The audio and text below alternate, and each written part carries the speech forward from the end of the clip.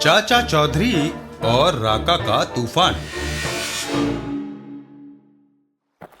इधर चाचा चौधरी, हम सुरक्षित भारत आ गए। सारे लोगों से विश्राम करने को कहा जाए। प्रोफेसर नीला बासु, विश्राम की घड़ी अभी नहीं आई। राका हमारी खोज में आता होगा, उसके लिए व्यूह रचना है।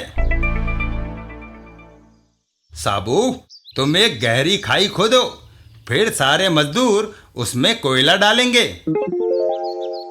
साबू अपने काम में जुट जाता है। एक लंबी खाई खोदनी है, समय कम है, जल्दी हाथ चलाना चाहिए। और मजदूर उसमें कोयला डालने लगते हैं। यह लाल पगड़ी वाला भी अजीब आदमी है। लोग जमीन से कोयला निकलवाते हैं, वह जमीन में डलवा रहा है। फिर भी उसी के कारण हम वीरान टापू से बचकर आ सके। चाचा चौधरी कोयले में आग लगा देते हैं। खाई में कोयला सुलग गया। क्या कुछ पकाने का इरादा है? ऐसा ही समझ लो। खाई के चारों तरफ मेड़ लगाई जाए। समुद्र में एक स्टीमर। बालन, इस बार काफी मछलियां जाल में फंसी। मार्केट में अच्छे दाम मिलेंगे। हम नए कपड़े और खाने का सामान खरीदेंगे। तभी ओह, अचानक पानी के अंदर से यह कौन निकल आया? समुद्री दानव। राका बोट पर चढ़ जाता है। दानव अब तुम्हें समुद्र में धकेलता है। हा हा हा हा। आओ, ओहो। स्टीमर मिलने से राका मुख्य भूमि की तरफ तेजी से बढ़ने लगा और कुछ ही देर में वह भारत पहुंच गया। राका यहाँ पहुंच गया। अब क्या होगा?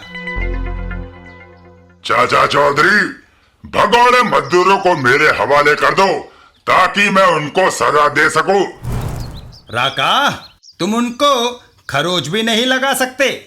चारों तरफ लगी मेड़ हमारी रक्षा करेगी। मेरे हुक्म की अवहेलना, अपनी तलवार से मैं तुम सबको काट फेंकूंगा। राका तेजी से उनकी ओर बढ़ता है। एक मामूली नाजुक मेड़ राका के तूफान को नहीं रोक सकती। मैं आ रहा हूँ। चील कौवों को तुम्हारे मांस की जरूरत है। माचिस की तीलियों की तरह राका ने मेड़ को बिखेर डाला, लेकिन उसके बाद मेड़ की आड़ में सुलगते हुए अंगारों पर उसका पैर पड़ा और वह गिर पड़ा और आग की लपटों में आ गया। परिणाम स्वरूप उसकी चमड़ी, बाल और कपड़े जल गए। लेकिन वह मर नहीं सकता क्योंकि उसने वैद्यराज चक्रमाचार्य की अद्भुत दवाई पी रखी है, जिसे तोप और तलवार नहीं मार सकती। वह शर्म से मरता है। वह काफी दिनों तक किसी के सामने नहीं आएगा। चाचा चौधरी, बिना कपड़ों के उसे कोई देख न ले, इसलिए राका जाकर घने जंगल में छुप गया।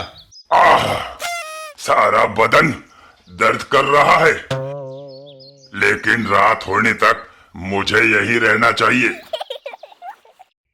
रात होने पर क्लिनिक से घर लौटने में तुमने देर कर दी।